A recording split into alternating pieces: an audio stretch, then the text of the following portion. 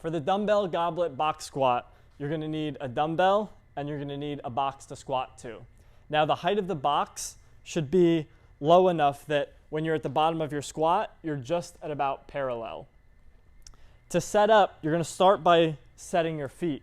Now you don't want your feet touching the box like this because you're not going to be able to sit back far enough. So your calves should not be touching the box when you're getting set up. So they should be like an inch or two away from the box.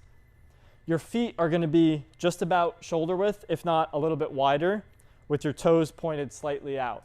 Now the distance you put your feet apart is going to vary from person to person based on how you're built and how you like to squat. So you can play with this distance and try it more narrow or a little bit wider and find what works best for you. But as a ballpark, you're going to start by putting your feet a little bit wider than shoulder width, toes pointed slightly out.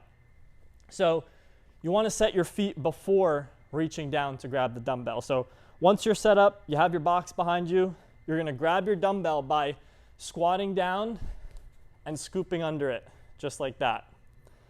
From here, you're going to think about twisting your feet into the ground. So imagine your feet were on dinner plates. You're trying to spin the dinner plates out to the side, and you're going to push your knees out to the side as well. So you're going to start, I'm twisting my feet apart, pushing my knees out to the side, and now I'm going to take a big breath in through my nose, brace my core like somebody's about to punch me in the stomach, and I'm going to look down slightly. So think about looking where the floor meets the wall. Elbows are tucked.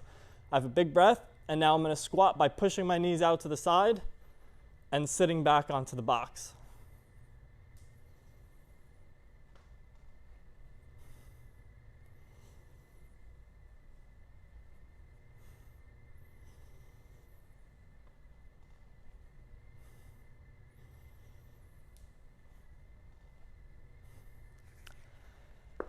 Notice when I'm sitting down to the box, I'm not putting all my weight on the box, but I'm also not just touching the box and standing back up.